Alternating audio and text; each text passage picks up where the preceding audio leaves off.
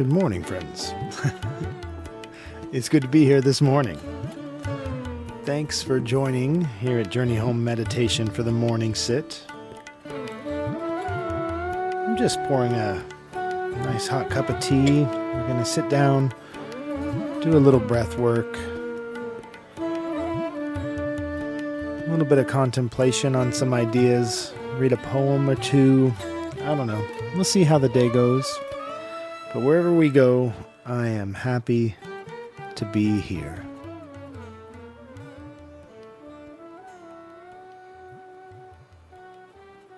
What a spring it is.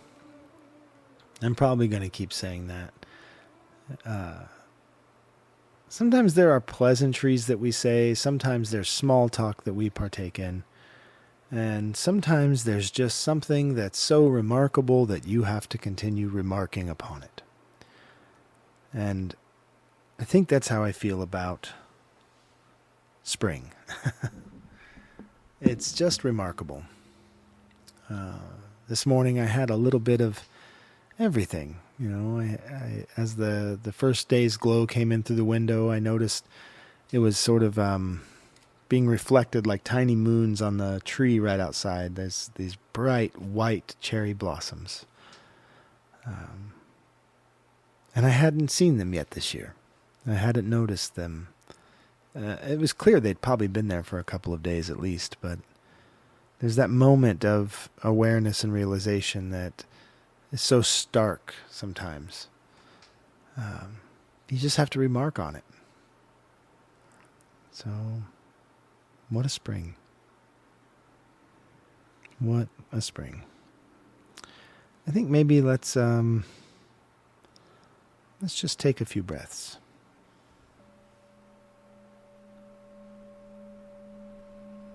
Breathing in and out with the sound of the bell. Just arrive in your awareness with what you're carrying in your body right now.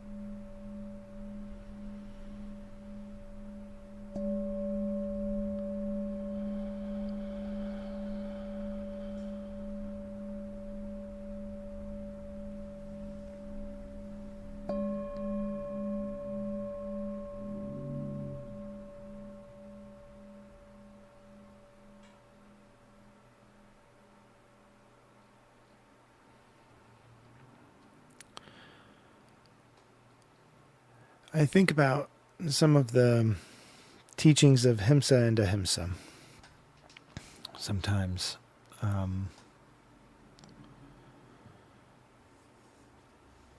About the teachings of violence and nonviolence, or aggression and non-aggression. And there's some other things that are wrapped up into that with those teachings. It's one of the first yamas, right? The yama means restraint, and we learn about the yamas and the niyamas, the things that we want to be aware of how we treat others, and then the things that we want to be aware of for ourselves, like the way we treat ourselves. And ahimsa is roughly been translated to nonviolence, but it actually means non-harm. Ahimsa means harm. So ahimsa is without harm or no harm. And this doesn't mean that you're going to be perfectly nonviolent or perfectly non-harmful, but it does mean that you're going to be aware of the way that you have an effect on the world, right? And as they go down, there are 5 yamas and 5 niyamas that are standardly practiced or taught in the yoga teachings. Just running through them, it's ahimsa, satya. Satya is truthfulness, not lying. telling the truth. Asteya is non-stealing. Brahmacharya is to live in moderation, without excess. And aparigraha, I know I'm saying it wrong, I'm sure, but it means non-attachment. And then the niyamas are saucha, which is purity, santosha, contentment, to live with contentment. And purity, going back to, it means also cleanliness or hygiene. It doesn't mean like pureness, not in the sense that it might come to mind in the culture in which we live. It means cleanliness or hygiene, or to keep yourself uncluttered and to be aware of that and the benefits that you receive from that. Tapas is patience, so to learn for yourself what it means to wait, which is kind of what I was focusing on yesterday a bit in telling the story about the toast. Learning my impatience. Learning your impatience, your awareness of your impatience is the opening to becoming patient. So this is the importance of our sufferings and the importance of these things. These are not to be cast off and we're not to rid ourselves of these things at all. They are wonderful mindfulness bells. Then you have swadhyaya, which is learning, scholarship, education. And Ishwara Pranadhana is surrendering to the oneness or the highness of existence. That's not what I wanted to do this morning. I was not intending to go through the yamas and niyamas, but mostly I wanted to focus on one aspect, the Asteya. It's something I've been thinking about a lot. Non-stealing. What that means to not steal. It can easily be, taken to focus on not taking property that's not yours, belongings that aren't yours, or things that aren't yours. Sure. Ram Dass always has a really funny take on oneness, the being of one, and his take on it is, we are all one, but that's my TV. That's my TV. So the idea of possessions and belongings sometimes is a little lost. But what else could non-stealing or stealing apply to? And I think about how much we steal from each other's abilities to practice the other aspects of healthy living or clean living.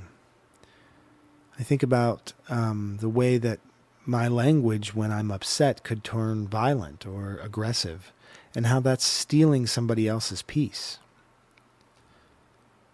Stealing somebody else's sense of safety or security. If there's a threat that's made, especially a threat that's not targeting one person, but sort of this open-ended threat, it's stealing the peace of so many. And I think many of us do this, whether we intend to or not, or whether we're conscious of it or not, is a different thing. But I've been made aware of how I feel when this occurs outside of me, and now because of that, I'm being aware of, when do I do this? When do I lash out and make an exhaustive threat statement? That doesn't mean that I'm going to do those things. It's just an expression of frustration and anger, right? But in that vent, when the air that I'm releasing, that aggression that I'm releasing, might be stealing somebody else's peace, stealing somebody else's safety, security. That's an interesting thing, Asteya. And in what ways am I stealing somebody else's attention?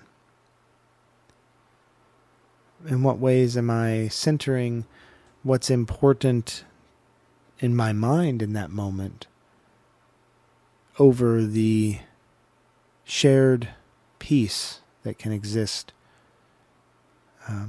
not just a peace against violence, but a peace without diversion of attention. Being able just to be who you are around others being who they are. So it's a good practice, this practice, I think. I'm actually working on some ideas right now and going to be compiling these things sort of into a module for a recovery group. And recovery is often attributed to substance use disorder or to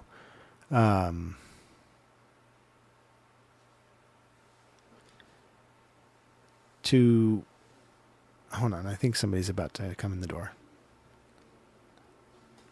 There we go. To substance use disorder. There we go. We're talking about that. Stealing attention right there. It just happened. But substance use disorder is generally, recovery groups are attributed to that, or to process disorders such as maybe our relationship to food, having some unhealthy food relationships, habitual eating disorder or disordered eating, our sexual proclivities, any of these things that take us away from us, which that's essentially what I've boiled down to what addiction is the things that take me away from here and now, anywhere but here, anywhere but me. And those things that take my attention away from me,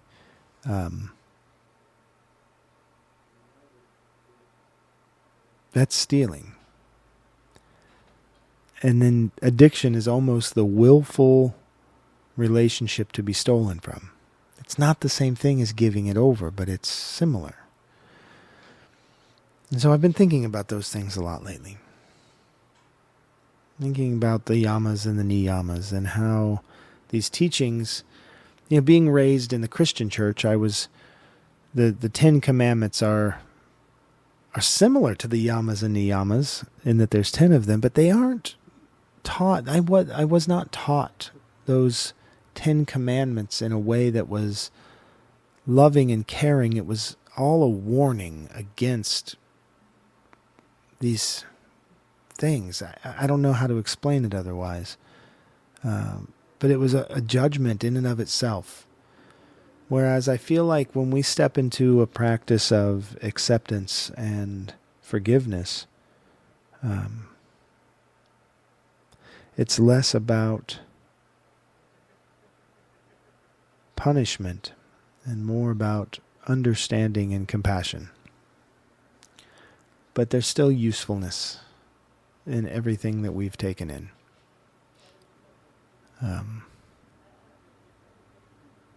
Yeah. So this morning's poem is actually one that I wrote this morning. I was reading some other poems after I wrote this, and I was thinking, oh, maybe this could be good. And this is where it gets really interesting when we start stepping into habitual behaviors, right?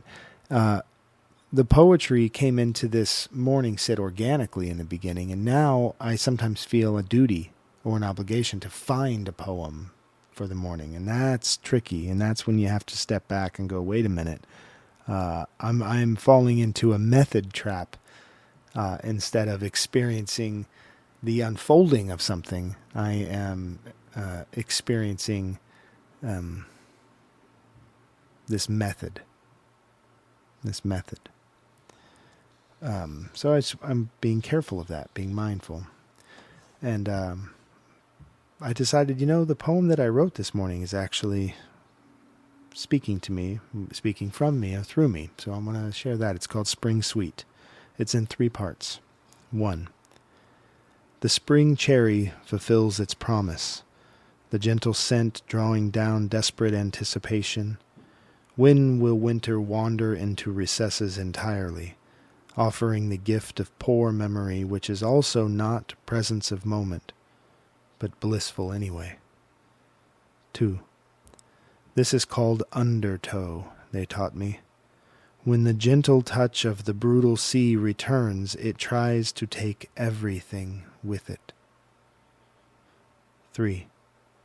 We decide in each moment to breathe in or out, but you are being breathed.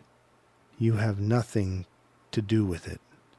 You have only to bloom. And that's the poem today. I like poems in parts because it speaks to my split mind. My wandering sort of sense of attention can be captured a little easier in a split poem in parts.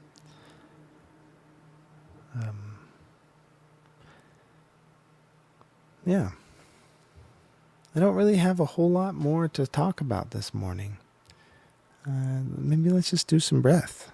Do some meditation practice. I want to call back in the bell. I'm going to bring the bell back in. And allowing this to find an ability to be reminded of your breath and your body. Let the bell call you back in. Let it call you home.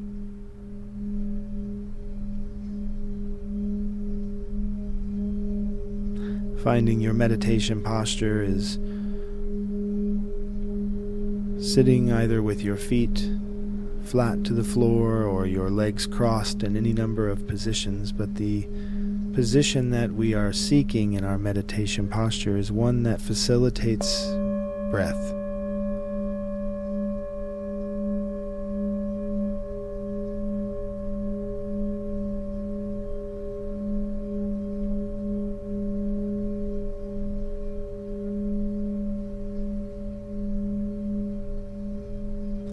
So lengthening the spine, bringing the shoulder blades together gently in the back, resting your hands on your lap, palms facing upward. You can close your eyes if you're in a place to do that, or keep them open with a gentle gaze. And breathing in through the nose to the bottom of the belly, and breathing out entirely with each out-breath. Find yourself in the moments between.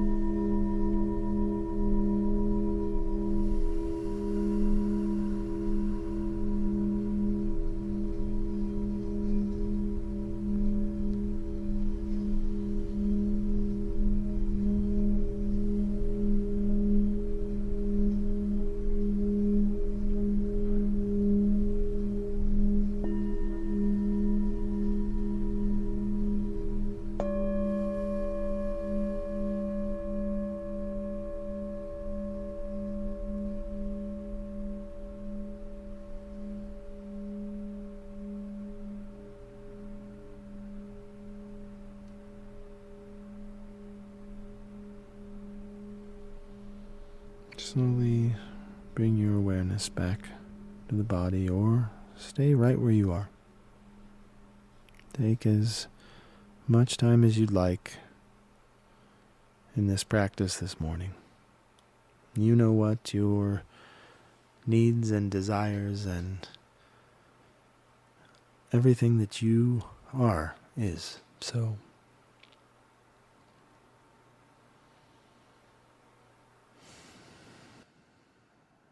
if you were meditating on the yamas and the niyamas at all, or the idea of non-stealing, what that could mean in the ways that that could come out. Interestingly, like gossip is a way of stealing. It's a way of stealing somebody's experience with another person.